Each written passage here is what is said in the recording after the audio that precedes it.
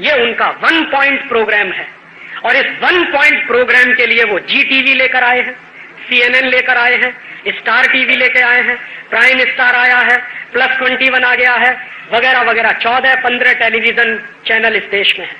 और रात दिन उन सारे टेलीविजन चैनलों पर जो कुछ दिखाया जाता है वो मनोरंजन नहीं है, वो मेरे और आपके चरित्र को बर्बाद कर देने का एक साधन है।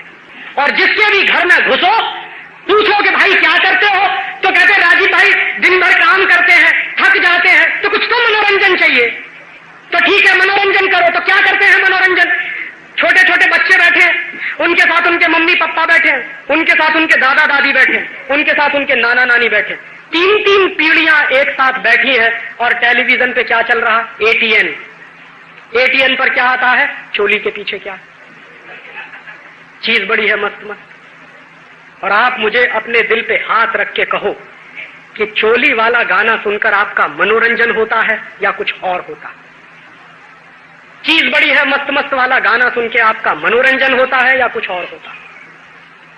और ये बात मैं खासकर नौजवानों से और बच्चों से कह रहा हूं कि तुम जरा अपने दिल पे हाथ रख के मुझे बताओ कि अगर मान लो मेरे सामने मेरी मां खड़ी, तुम्हारे सामने तुम्हारी मां खड़ी है और टेलीविजन पर गीत आता है तेरी चोली के पीछे क्या है, अपनी मां से पूछने की हिम्मत है तेरी चोली के पीछे क्या है?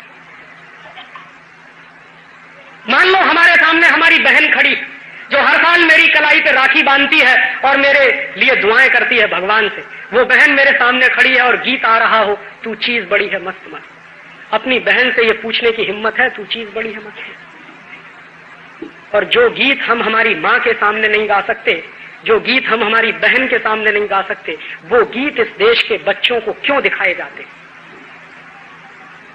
जो गीत लिखने वाले हैं उनके बारे में तो मैं मान सकता हूं कि उन्होंने आत्मा बेचा है, शरीर बेचा है, सब कुछ बेचा। जो ऐसा गीत लिखते हैं, भगवान उनकी आत्मा को जितनी जल्दी शांति दे उतना अच्छा।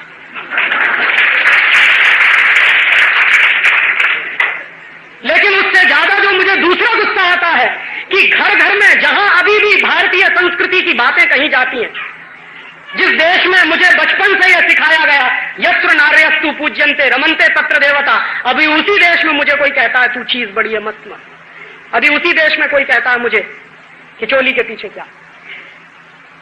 और इस देश में संस्कृति का कबाड़ा हो गया है।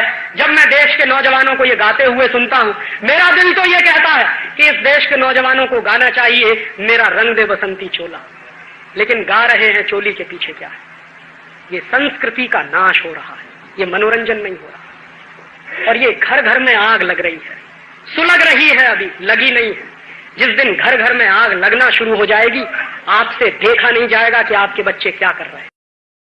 दोस्तों, गलती किसकी? हमने गीत निकाले, कहने के लिए मुझे मजबूर होना पड़ा। गीत आया चोली के पीछे क्या है, चोली के पीछे क्या है। मैंने भी 4 शब्द कहे, 4 लाइनें कही कि इतनी सी बात घर मालूम नहीं थी तुम्हें जानने का जो विचार मन में ही आया है, कि इतनी सी बात घर मालूम नहीं थी तुम्हें जानने का जो विचार मन में ही आया है।